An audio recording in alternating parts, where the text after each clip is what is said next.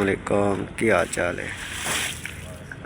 साड़ा जमान मिस्त्री है, इन्हें मैंने काम पर बुलाया, कहता साई सैड पर पहुँचना। मैं सैड पर पहुँचा तो फोन किया, गोई मिल गया मैनू, कहता मैं ही जमान है, मैं तो आप काम पर चलिया।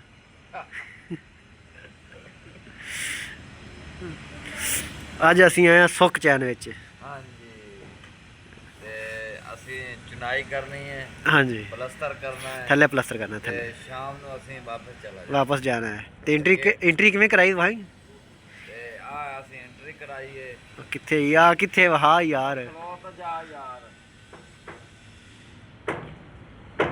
और पर्ची गायब हो गई है। ला बना पर्ची।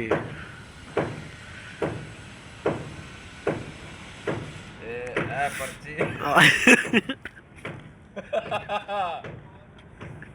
यार मैं गेट पास इंट्री आई पर्ची तेरे को पूछी है, 10 रुपये नहीं पूछे तेरे को, वाम को 10 रुपये है ने। मैं सर पर्ची कटदा पिया वा, मैं आगे शायद ये पर्ची इंदे वदी है, ये ऐसे पर्ची है। खोल के, हाँ खोल के वाम को ऐ चेक करो। यार जी साढ़े इंट्री हुई है, आईडी कार्ड इंट्री हुई तो ना पर्ची सन की शाम ਨੂੰ तुसानू गेट तो बाहर नहीं निकलना।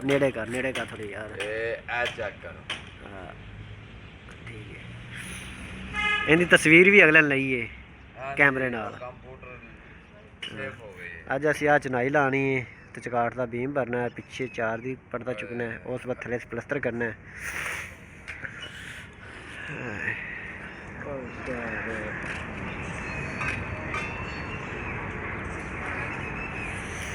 साढ़े मजदूर मसाला बना रहे हैं।